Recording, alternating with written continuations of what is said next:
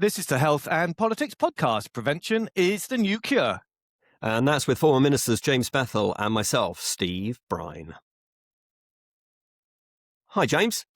How are you, Steve? I'm very, very good. Listen, welcome to episode 96. Thanks for listening. We've got a US special for our listeners this week, as promised. That's right. I'm up in Beverly Hills. You might be able to see it behind me. That's where all the Beverly Hills producers and hedge fund people live, and they are mostly here at the Milken Institute General Conference. So I'm really pleased to be here, and we're going to talk about that a bit today.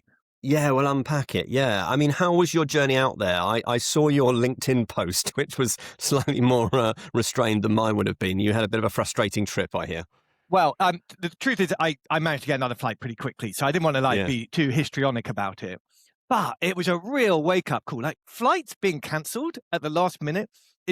Listen, we've got a grim year ahead of us with aviation fuel because the Americans have got a ton of it, but the Straits of Hormuz have closed and there's not much, on this side of the Atlantic. So flights are going to be cancelled all the time. It's going to really hit global travel hard with implications for families, for businesses, for general, just globally cohesion.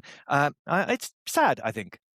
Yeah, I think there's more to come. I mean, this weekend, the news was that the Transport Secretary has done a deal with the airlines to say that they can remove flights from their schedules without losing the precious expensive slots, which is, of course, means that you'll still be able to go from London to Berlin, but there'll be less options to do so, and therefore, in theory, there'll be less chance of cancellations. But I was talking to somebody the other day who's quite high up in Eurotunnel. They were saying to me they've seen a real surge in bookings. There's people thinking about summer holidays, get in the car, go on the Eurotunnel, drive to the continent, and don't risk getting up in the air. And you can hear that, can't you? Just before we move on, James, the other thing, big stuff here, of course, in the UK at the moment is big elections tomorrow. And they're described as the local elections, but they're not really. They're happening pretty much all over England. But of course, the whole of Scotland's up for election. Wales is up for election. Loads of London boroughs up for election. It's huge. And, we talk health and politics on this show. It really matters because obviously everybody is talking about what it means for the future of the government, for the future of the Prime Minister. And I have to say, I do pick up quite a lot of chatter about the future of the Health Secretary. And there's a lot of stories here on the weekend just gone about Wes Streeting being ready to go. And I think quite a lot of people expect there to be a change in Health Secretary imminently if the balloon goes up after these elections. So all eyes on Thursday night, Friday counting. The other implication is for mayors. I know that seems a bit more niche, but I have a lot of hope that mayors may be a catalyst for change in the health environment. I mean, I won't go through the whole thing. Listeners will be familiar with the argument. Hopefully, these elections will be a step in the right direction. But given some of the mayors that might come in, I'm not sure about that. Yeah, well, if they come in next year, and of course Labour could still pull those elections, then they will have deputy mayors for health and care, which rhymes and is quite nice. And I agree. Of course, it depends on leadership, doesn't it? It depends who is the leader and who is the mayor doing it. But in theory, in terms of the devolution of health agenda, it's a good one. Last week, before we go on to this week's show, I was heading to Leeds, of course, as you were heading out there. For the Tech UK dinner, and I saw Lawrence Tallon, who is the new chief executive of the MHRA. He's a good thing, Lawrence. I mean, he has the burden of being a Spurs fan like me, and we did of course commiserate each other on that. But he spoke really, really well. So he comes from a trust background. He was at Guy's, so he's sort of the regulated, not the regulator always. And he sort of starts. I think he was talking about the starting point for him is public satisfaction with the NHS, which is obviously not great, even if getting a little bit better. And he said we must better than that use technology to do it. And he was talking about AI, and he was talking about, I thought it was really interesting, he was talking about weighing the risk of inaction as well as the risk of action. And this will be relevant to our later conversation. He was very, very much talking about international recognition and reciprocity with the FDA, with the FDA there in the States, and with the Indian regulator, the MHRA sister body. So he was really good, and I talked to him, and he's going to come on the show at some point, I'm glad to say. So look forward to having him on. Steve, I totally agree. He's very charismatic, really dynamic. And the vision is that we can let the FDA and the EMA do the plinkety-plonk straightforward regulating, and we can do the bleeding edge of digital technologies and new therapies. That was the post-Brexit vision. He gets it totally. I hope he can give some dynamism and energy to that. Certainly on the digital side of things, there were complaints that MHRA were not tooled up enough. So hopefully he'll win the argument with the Treasury and get some more resources. Yeah, and I thought it was positive that he appeared at the Tech UK Health Dinner. Yeah, exactly. So he was clearly wanting to engage with that audience. 100%. And obviously just a message from our listeners, because we like to always bring that in, because without them, we are nothing. Big response, James, to last week's interview when we spoke to former Labour frontbencher John Ashworth about his stroke and his recovery since. We had this message from Kachovia from Manchester Metropolitan University, got in touch with us to say how much she appreciated the interview, but to decry how the shocking state of the lack of rehabilitation services are post-stroke. And I saw you commented on her post, because that's the key point, isn't it? Given the stats on a second event, so the biggest indicator of having a second stroke is having had a first one, and that is very concerning. That, so thank you, Katja, for speaking to us about listening to that interview and for listening to our show. We really appreciate it. That's what this podcast is. It's just two former health ministers discussing big stories in health and politics every Thursday. We try to bring you some insight into decision making at the heart of government, and then we try to be more than a little bit hopeful about glimpsing to the future. So thanks for listening. As we do that, if you hit subscribe, you'll get our brand new episodes every week, and you can WhatsApp us 0333 404 6507, and you can email us. Many do as well. hello@preventionisthenewcure.com. What have we got this week then, James? We thought we'd bring you 5 states on today's show, all of course from America, which we think are the big themes that have cropped up at the Milken Institute Global Conference. We're going to start with China.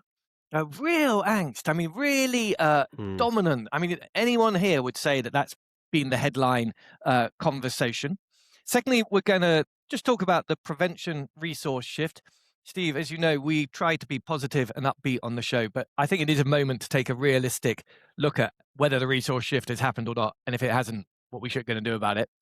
Then we're going to talk a little bit about the science. My goodness, it's so exciting being in America, where the investment in science is so huge and you can just feel the energy. So where is the tension between the resource shift that hasn't happened and the science that's leaping forward? And then we're going to look at AI. That's the massive story.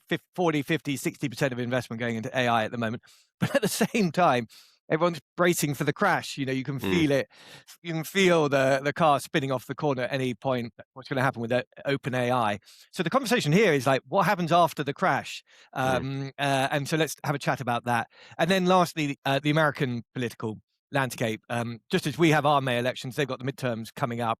That's going to change things for health in America. And what changes in health in America touches on health in the UK. So have a chat about what the implications of changes here in the US are going to be. Yeah, and James deliberately read those out for those listening is because what we normally do is we will have some stories that we kick around immediately since we finished recording the last episode. We talk about the next one, but we wanted to wait until you were stateside and just feeling it, drinking it up, talking to people, looking at US media. And these sort of 5 states of mind, if you like, James has put forward for us to discuss this week. So, and then if we've got time, James, at the end, we're just going to discuss whether you'll be having a beer on your flight back to the UK. People who've been looking at the news in the UK this week might know why we're saying that. So let's start with China, James, the Biopharma reckoning. Yeah, I mean, the China story has been gaining momentum for 5 years, really. They were always the suppliers of PPE and the sort of low-cost medical goods, and then tilted into biopharma. And there has been a massive inflection point in the last couple of years. Jiangsu Hengrui has overtaken AstraZeneca as the world's largest clinical sponsor. In terms of citations in medical journals, China's beginning to race ahead on many, many different metrics. The actual innovation in China is really surging forward. And this isn't just Me Too innovation. It's not just tweaks and mild improvements on existing drugs. We're now seeing genuine breakthroughs. So what is the implication for that? And here there is some confusion. Listen, Steve, if it means that there's a breakthrough on something like dementia and our parents benefit, that's good news for humanity. So I am not jealous of other people's scientific advances that benefit all of us, but there are massive implications for us. It isn't a zero-sum game, but a resource shift of capital and talent from the West to China means that there will be fewer jobs, fewer security, fewer benefits for fewer taxes paid in Britain and America. And then that question of national security is a big thing. I mean, I sat in front of spreadsheets with medicine shortages on them during the pandemic. It is terrifying when you are dependent on other countries to supply you with essential medical goods. If we're reliant on China, I'm frightened of that, frankly.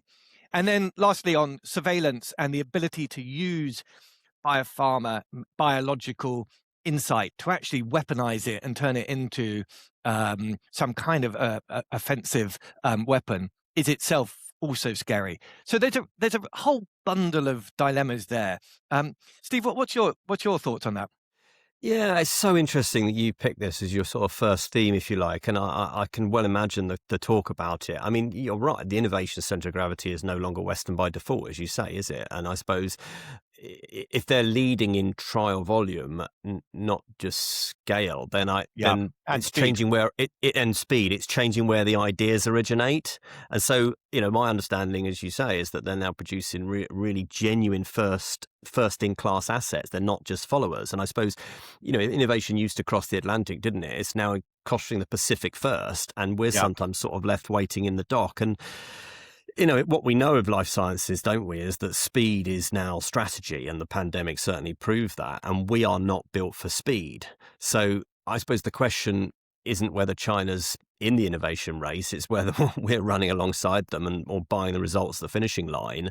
And that's why I thought was interesting what Lawrence Tallon from the MHRA was saying last week about that partnership with the FDA and that mutual recognition, because, in a way, we have to pick a side. You hear this around the UK, US, where UK-EU relationship. And, we can be a big player working with the FDA on mutual recognition. And I think that's what we're going to have to do, because I think the point that we were saying in our chat before we recorded today's show is, you've got it, when we had the spying for China case, no UK government minister was willing to stand up and say China was a national security threat.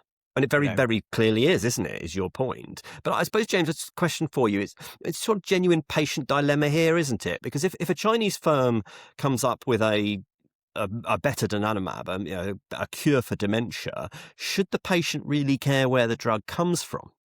No, I don't think the patient should or will care.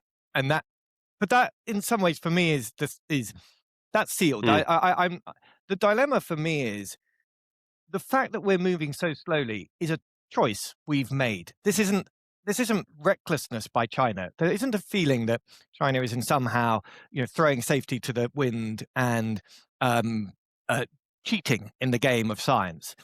What we're angsting about is whether through our clinical trials regime, where it costs £1 billion to develop a new drug, we have shackled ourselves and have tied ourselves to a completely inefficient, incompetent system. FDA approved 30, 40 drugs a year in the last 5 years. That's the same as it was approving in the 1950s. There's been hardly any actual genuine big drug breakthroughs at all, because we've got caught up in a system that is 100% safety first, has huge industrial interests that tie up a huge amount of regulation. We're not embracing technology. Everything just takes weeks and months and years. The one pharma entrepreneur said that he had developed a drug, put it into trial. The Chinese had got a copy, had copied it, done their own trials, and had it out in the market before the FDA had given its final approval.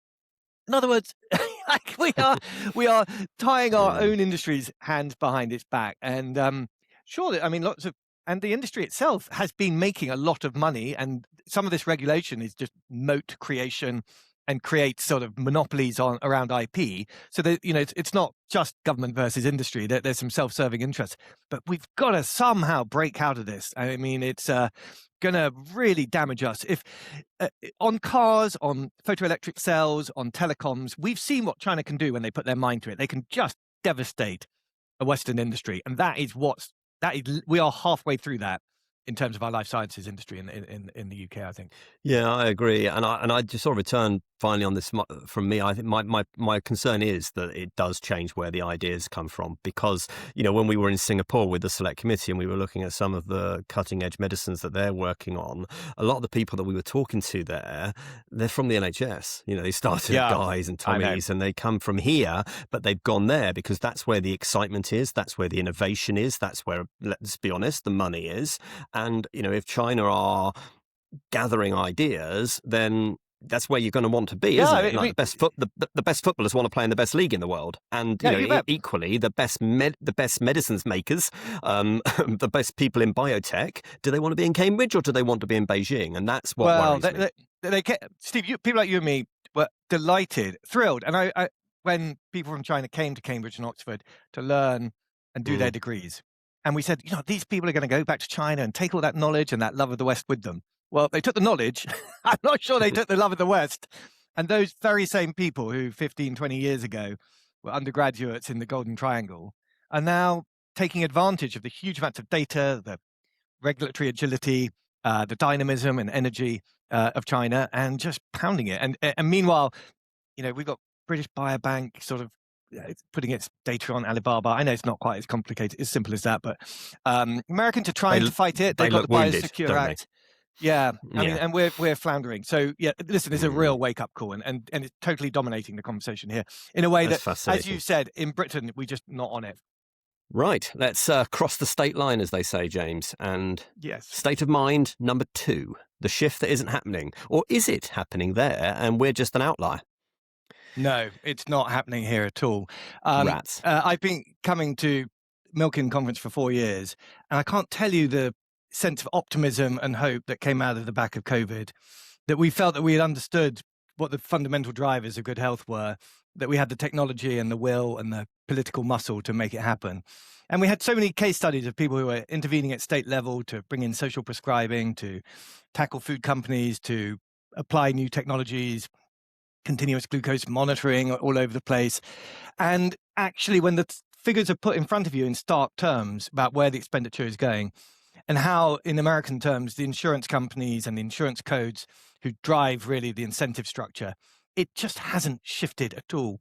And if you judge progress in terms of resource shift from acute to prevention, nothing. I mean, really, no sign of progress at all. Or even, I've got to be honest, Steve, any sign of how it's actually going to happen. I mean, there are glimpses, but really a concrete motorway to drive us to a better way of doing health. It was a very, frankly, dispiriting diagnosis. See, I find that really interesting, James, because the system here is wired, as we talked about many times, it's wired to treat activity, not avoid it, isn't it? And we judge prevention by how well we prevent acute admissions, as we've said many times. But in a completely different health system, where obviously the economics are completely different, it's still the same.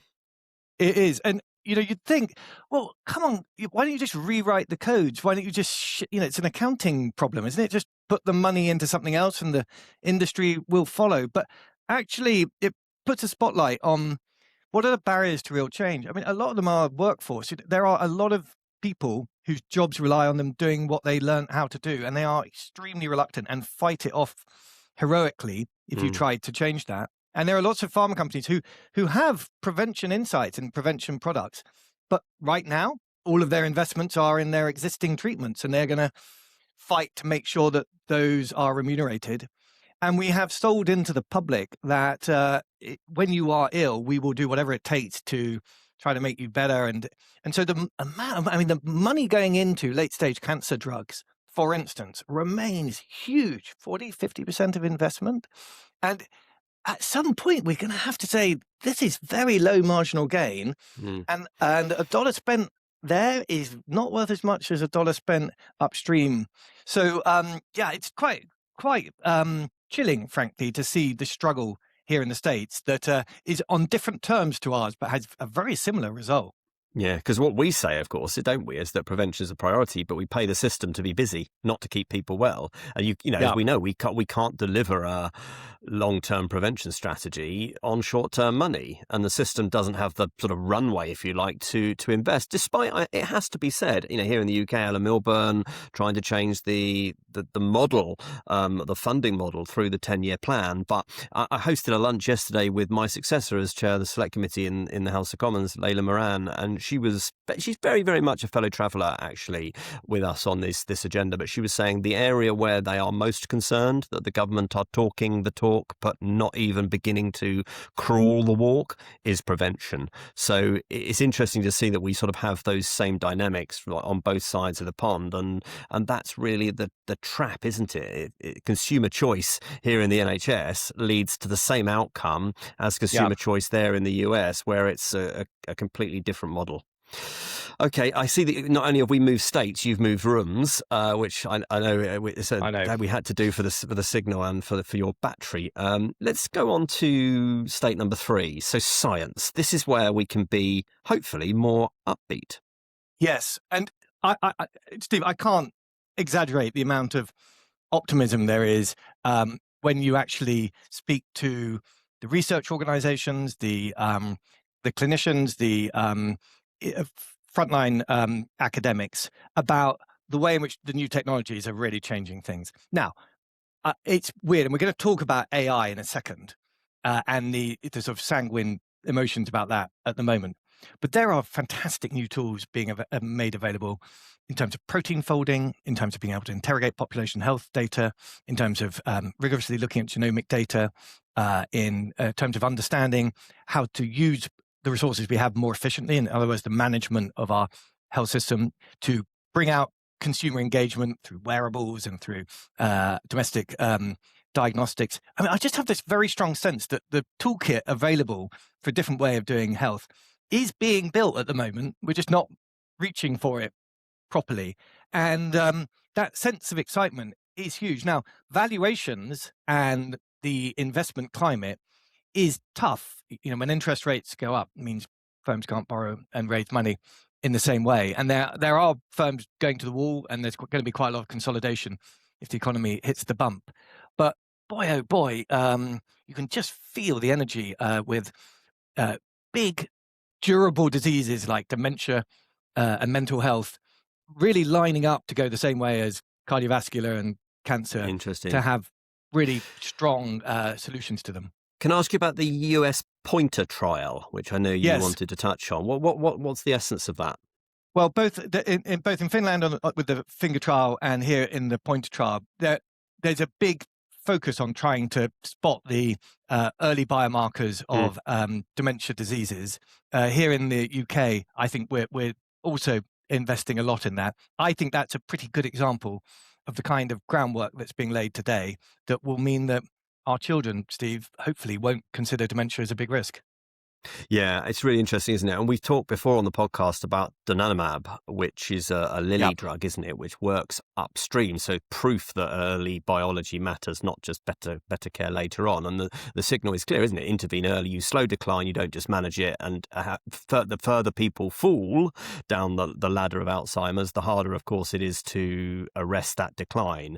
And, I've just in the last week actually lost a good friend to Alzheimer's. And so I know there's just there's so much hope in this space that for the first time in dementia, we're not just going to be caring better in the sort of social care setting. We're starting to intervene earlier and then actually bend the trajectory of the disease. And that then turns diagnosis of dementia into something worth having, as opposed to just the most horrible sinking feeling that, oh my goodness, there's nothing we can do. Because diagnosis obviously only matters if you can change what you do next. And that sounds from what you're saying, and donanemab is a good example here, although not, of course, currently available on the NHS. It's licensed in the UK via the MHRA, but it's not. But NICE have repeatedly declined to recommend it for NHS use, James, because cost of the medicine itself is only half the story. The delivery model is the bigger barrier that they talk about. But it sounds like the pointer trial that you're talking about, that you're hearing there's a lot of optimism then about science being the way out of this from what you're hearing there at Milken. The vibe is that in the same way that you and I now have a pretty good conceptual understanding of how to look after our hearts, and we can have a heart health program around our weight, our exercise, our stress. You can do exactly the same with your brain. There is a brain health program, and that might include vaccines. It might include sleep and exercise and stress and non-treatments, but also good drugs. So if you do have a heightened risk of dementia through your family history, your genetics, your virology, your metabolic risk, you can now intervene to head off the risk. If you've got advanced dementia today, we don't have solutions for that, really. No. But if we could get dementia to the same place we have with cardiovascular risk, then I think that would be a great outcome. And we should talk about that another time, actually. I'd love to tell you a bit more about what I've been doing. I'd love to talk more about that. It's the sort of counterpoint, and we haven't talked about it on the podcast because it only came up in the last week, and we're doing the US episode today, but there was a lot of stories here last week about youth cancers being on the increase. Yeah, so, allergies are increasing, which we talked about, didn't we, the other day? Mental illness, generational high. Whereabouts, science obviously just has a lot on its to-do list, doesn't it? It has a lot in its in-tray. There was a good throwaway remark that I must admit I hadn't thought about before. But someone pointed out that human-created diseases are popping up as quickly as we knock off the old diseases. Absolutely. An example being obesity. There wasn't any obesity in the 1950s. It literally didn't exist. And in the last 50 years, we've got a massive explosion. Dementia, a bit the same. If you look at the Lancet Commission, it's a rough estimate that at the beginning of the century, only about 5% of people ended up with dementia. Now, of course, we've got demographics and people are living longer, but actually, we're now running at about 30 or 40%.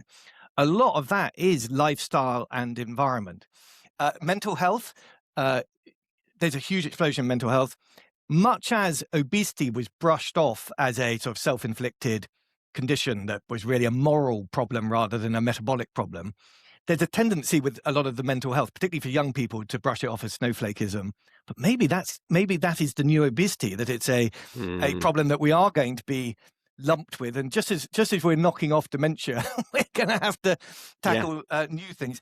And then a lot of talk about the environment and the microplastics. And you mentioned allergies.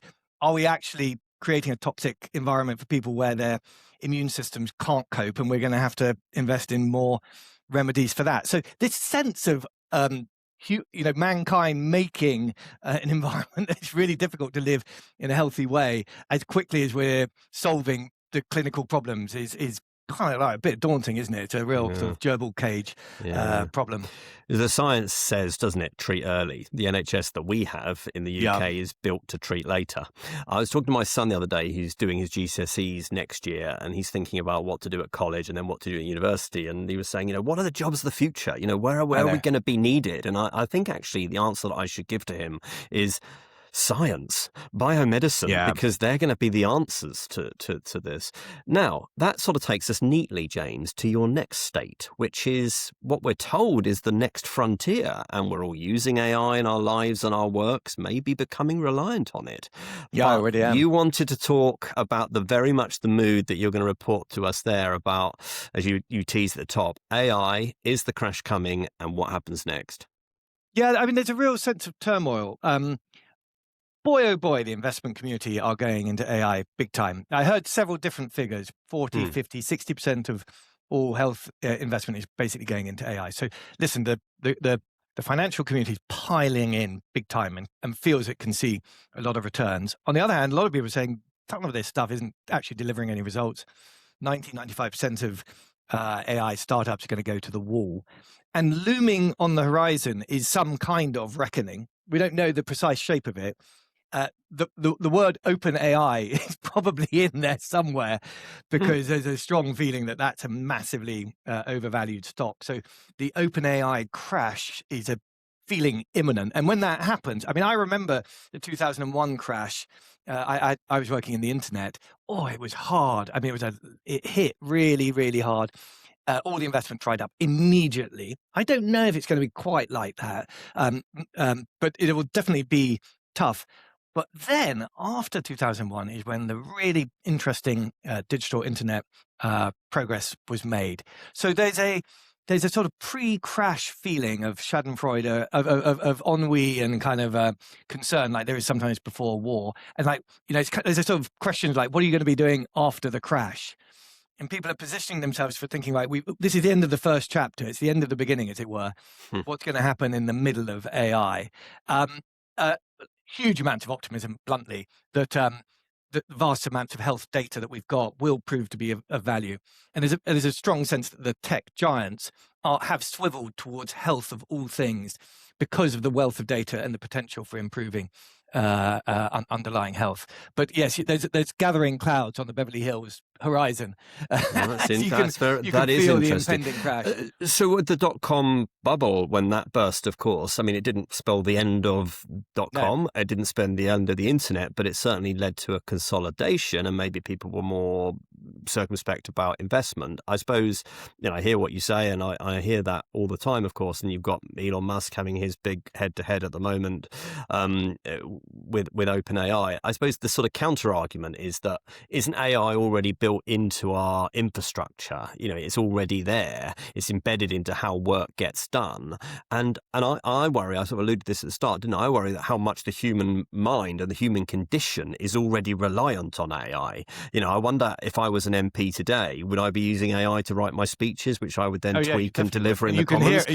You can hear it, right? Oh, you can hear it in the chamber. It's I mean, like the House of Lords, people start rolling their eyes and tutting when you can hear the slop pouring out of, particularly the new. I'm afraid to say, Steve, the new peers. Well, so the feeling here is not that it's embedded. But yes, there are some companies that have really built it into the essence of what they're doing. I went to a presentation by Dell, and it was just unbelievably impressive. But for most, it's a very thin veneer of jam spread on the toast. And a lot of companies are doing, frankly, what I remember last time of chucking it at employees, making it available with a tutorial, and then hoping that they're going to figure it out and get on with it. And the result is that people tinker but don't actually change the way in which they go about their job. And therefore, it's an extra cost. And it can actually make people more inefficient. I've got to admit that my own use of AI, I have found it transformative, but it does mean that basic tasks take longer as a result. I wouldn't say it's made me more efficient. So we're at a sort of early stage where people are tinkering, actually probably slowing down, and it's not really changed the way in which anyone... There aren't that many nurses who are now doing the jobs of doctors because they're supported by AI. There aren't that many. You can't name many drugs that were, created out of synthetic fold. It's not really hit reality in terms of. There's been $1 trillion spent on it, but hasn't really made any difference yet. That is going to take a while, I think. Yeah. So what I get from what you're saying is that when there's a crash, it's going to be a financial event, not a technological event. Yes. And it's not crash versus no crash. It's whether how AI then settles post an alteration, basically. Well, maybe an alteration in the timeline. And it depends on whether our industry leaders have the guts and the skills to really reboot their companies. Take in the NHS, there was a lot of hope that agentic scribes would somehow free up doctors' time so that they could stick another appointment at the end of their day. That's loopy. I mean, that makes no sense at any level. What, you think that doctors are just twiddling their thumbs and spending their time writing up notes, and if you took that away from them, they'd be able to see many more patients? No way. It's not going to increase productivity in that way. The way in which it will improve doctors, and I won't go into it right now, will require a bigger rewiring of the way they go about their work. And so we need to have that tougher conversation before the dividend really comes through. Yeah, this is not pure AI, but I suppose it's related because a lot of them are created by AI. But are you familiar with this sort of phenomena of meme stocks?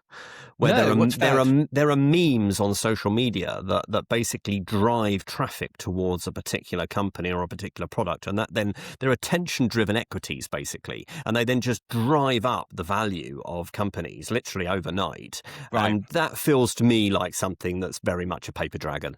And that's that sort of thing. I suspect we will see take the high road. Anyway, let's take the road to your final state, which is, we want to talk, didn't we? And we promised this a few weeks ago, so we would talk about obviously what's going on in Iran and how the MHRA agenda and how health is going to play into these big US midterm elections, which I presume, although you're not at a political conference, I presume there's a lot of politics there and people are interested in what happens to Washington. They are very interested. So there is this, again, I can only describe the world as confusion. That what seems to have happened with the White House is there is good stuff in the MHRA vision that is interesting.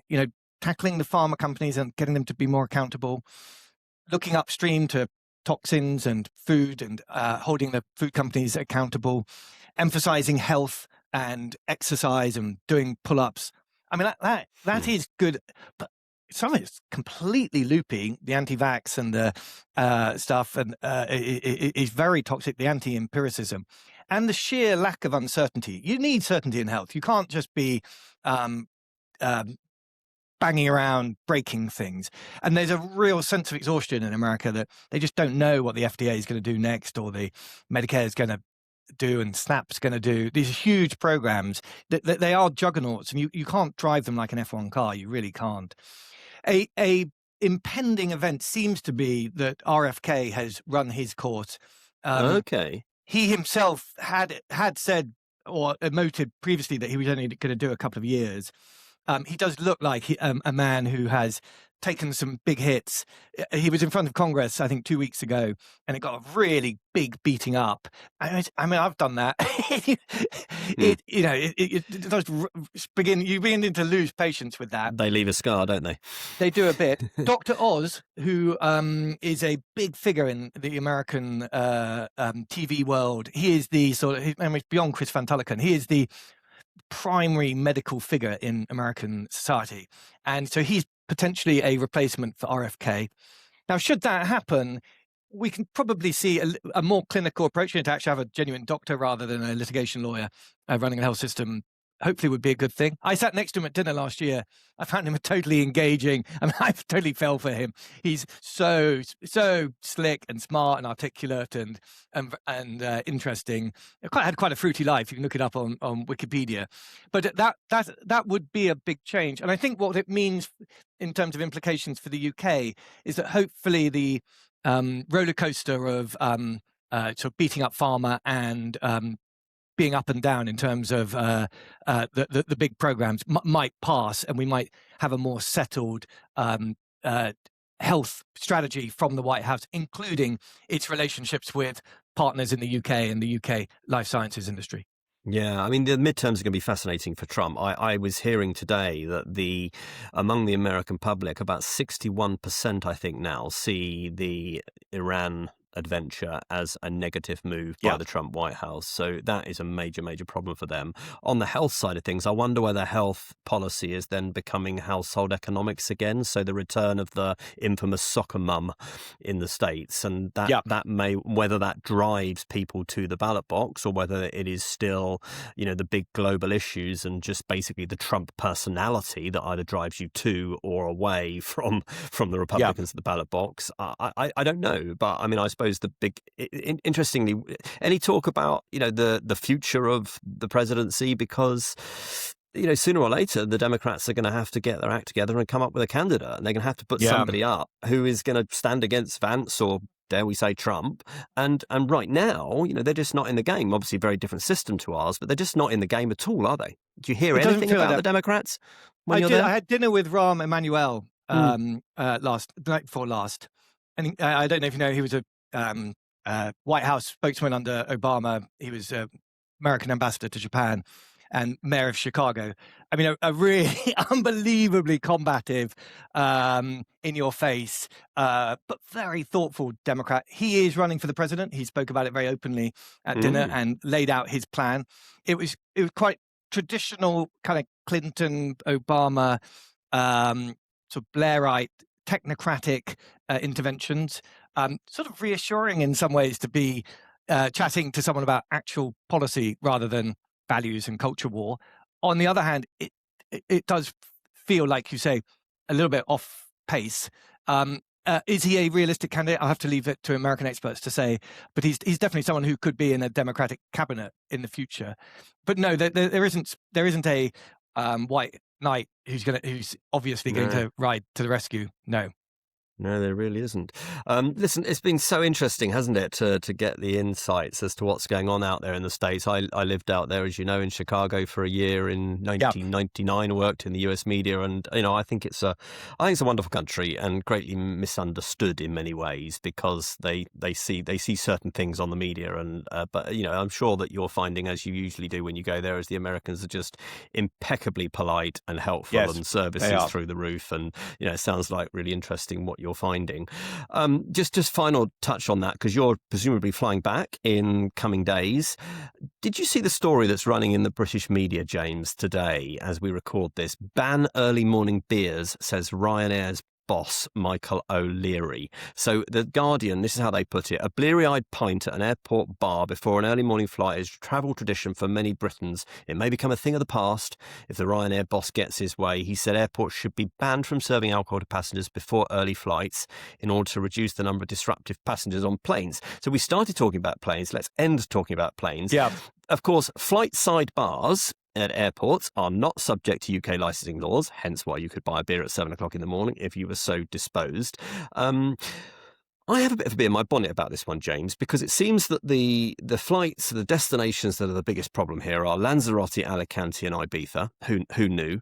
And, I get this right, but onboard alcohol sales, they still happen. And, of course, there's duty-free. And I've seen people buy duty-free and then go and neck it in the toilets, even though the staff on board might not be serving you alcohol themselves. But I just wonder whether the airlines here and the airports have a much bigger role to play. I think I mentioned when I came back from North Macedonia, I flew via Berlin, and there was a guy, as he was boarding the plane, he was stumbling as he was getting onto the plane. So he'd already gone through the desk. He'd gone through the boarding desk. It was obvious to me that he was stumbling down the aisle towards the actual getting on the plane.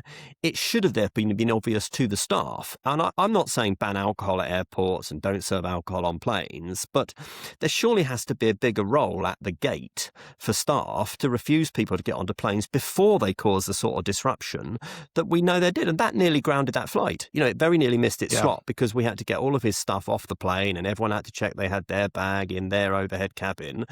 And frankly, given where we started talking about the problems with flights right now, we can't afford this. I completely agree. Preloading is preloading. Listen, I've been on plenty of stag nights. I have had a pint at 7 o'clock in the morning, and it is just a weird British tradition. It's sort of, when I was 20 years old, I sort of thought it was incredibly nice. But you're right. It is toxic. The economics of airports are terrible. They make more money out of parking and bars than they do out of landing slots, more or less. Maybe not Heathrow, but for the regional ones for sure. So that is the economic pressure. The thing that I noticed, Steve, is so listen, I basically agree with you. The thing that I noticed is that Mike O'Leary specifically mentioned cocaine taking. He specifically said it's the people who caused the problem on the flights have clearly been preloading on the coke before they get on the flight. In other words, they take an ounce to the airport, have a few lines before they go through check-in, and then, they're ready to go when they land in Ibiza. That it's interesting that, and we don't talk enough about the huge amount of drug taking that there is in British society now. But, and that is a manifestation of it, I think. And I don't really know what the answer is, but I just think that it was curious that he went out of his way to mention that dimension of the problem. Yeah, and if he wants to start a debate on this and he wants to respond in terms of how his staff operate and what they serve alcohol-wise on planes, then I'm happy to hear that. I was on a train. The statistics on drug driving over drink driving are another indicator of this. There's now, I think, more drug driving offences than drink driving offences. So there's something in the wind there on law breaking and drug taking at the moment. You remember I was on a train from Leeds to London on Friday, and I was messaging you because I'm now the Mary Whitehouse of this podcast.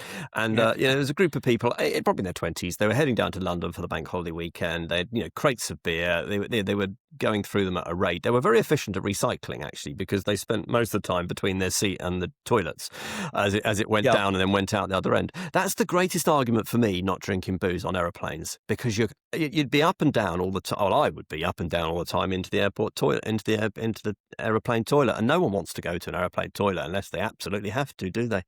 I know, it's just cultural norms. You go and live somewhere else where there's not a drinking culture, and you drop out of it almost immediately. It's such a determinant. Well, beer or no beer, safe travels back to the UK. Look forward to catching up with you and enjoy the rest of your time there. Thanks so much for listening to our podcast. We really hope you enjoy it, and we try and bring you interesting stories, try and bring you interesting perspectives. You can find us on all the usual social media channels. And as I said, email us hello@preventionisthenewcure.com. Tell us what you like, tell us what you don't like. We can take it. We've been ministers. This episode is produced by Callum MacDonald and is part of the Shortbread Media family. See you next time.